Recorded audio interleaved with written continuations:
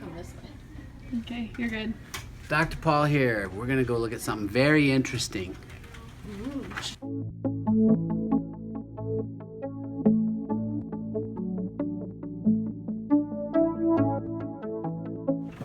Hello. Here they are. Here we are. Go ahead and have a seat. They need to see your face. You don't want your booty on YouTube, right? So I heard you were up going skiing yesterday. Yep. You were going to. Do you ski or snowboard? Yes. Ski. Ski with two skis? Duh. Otherwise it would be a snowboard. Anyway, you were up on the mountain and what happened? I felt the swelling happen. Your chin got swollen, didn't it? In fact, if you look up at the ceiling, we can show people this is all swollen and a little bit red right here. Yep, and it feels tight. I mean, that is as hard as your chin right there, actually harder. And that's not your normal look. Yep. So my chin used to be soft, but now it's so hard. I know, it's like swollen all the way out to here actually. I can feel it out to here and down to about there and definitely there. And that's not how you normally look. That looks like my dad's phone. Does it? Okay. Now, right here on your chin, when did those start? Years ago. Years ago. What, wasn't it a couple of About weeks? a week ago. Week ago? Okay. So, we have this crusty yellow, crusty broken down skin lesions on the face that started about a week ago. And then yesterday up on the mountain, you noticed it was really swollen. It started hurting, right? Is that right? When my dad snapped the helmet. Ouch. And then you could feel that pressure. So then you went to an urgent care and they sent you by ambulance. Did they have the lights on? Sirens? Hard to say. No. Not too exciting. Hopefully it was a less expensive drive. because Way there were less lights and sirens expensive. on. One of my kids, when he was your age, fell on a play structure and they went in an ambulance with sirens and it was like thousands of dollars for that. Anyway, so you go over to the emergency room and they figured out you have a slight ear infection on that side and they noticed this swelling. Right? Yep. All right, stay right there for 1 second. So just to do a quick exam for our viewers, this eardrum is perfect.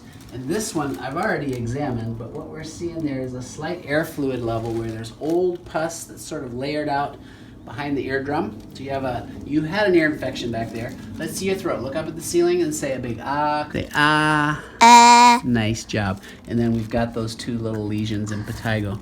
Now for the viewers, I've already scraped these lesions and sent them off for culture. And then I thought about it. Wait a minute, you guys would want to see this. So sorry about that. You don't get to see me swabbing his cheek. Okay. But what's very concerning, just as a doctor, not concerned, you're going to be fine, was this very tense swelling. So when he was in the emergency room yesterday, they started him on an oral antibiotic called cephalexin. So those of you who are medical, got a quiz for you. I don't know what to call you, but those are curious about medical things, what's this called right I'm here? not going on YouTube. You are going to be a star, my friend. So these little lesions on the cheek, anybody got an idea what they are? You're right, Impetigo. What's it caused by? Anybody know? Number 1 and number 2 I cause. freaked out. Do you know what it's caused by? No. Staph or strep. So, they elected to put this young man on cephalexin. You should know, if you do your research on the sensitivities of different bacteria to antibiotics, that strep is very sensitive to cephalexin. In many parts of the world, in particular, I'm here in Portland, Oregon, in the USA, the staff in our community is not very sensitive to cephalexin. In fact, it might be only 50% of the staff will respond properly to cephalexin. And indeed, Mom showed me a picture of his chin yesterday, and it's worse today. It's larger swelling, a little warmer, and definitely more tense. So we would say it's not getting better, right? We should switch antibiotics, don't you think? Good idea.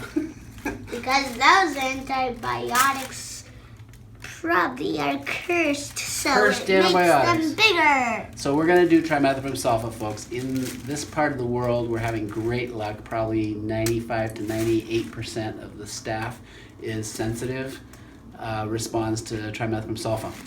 So what are you going to watch for? So what I've told this family to watch out for, let's say it's that 1 or 2% that's not responding. A staph tissue infection is called what? That's right, cellulitis.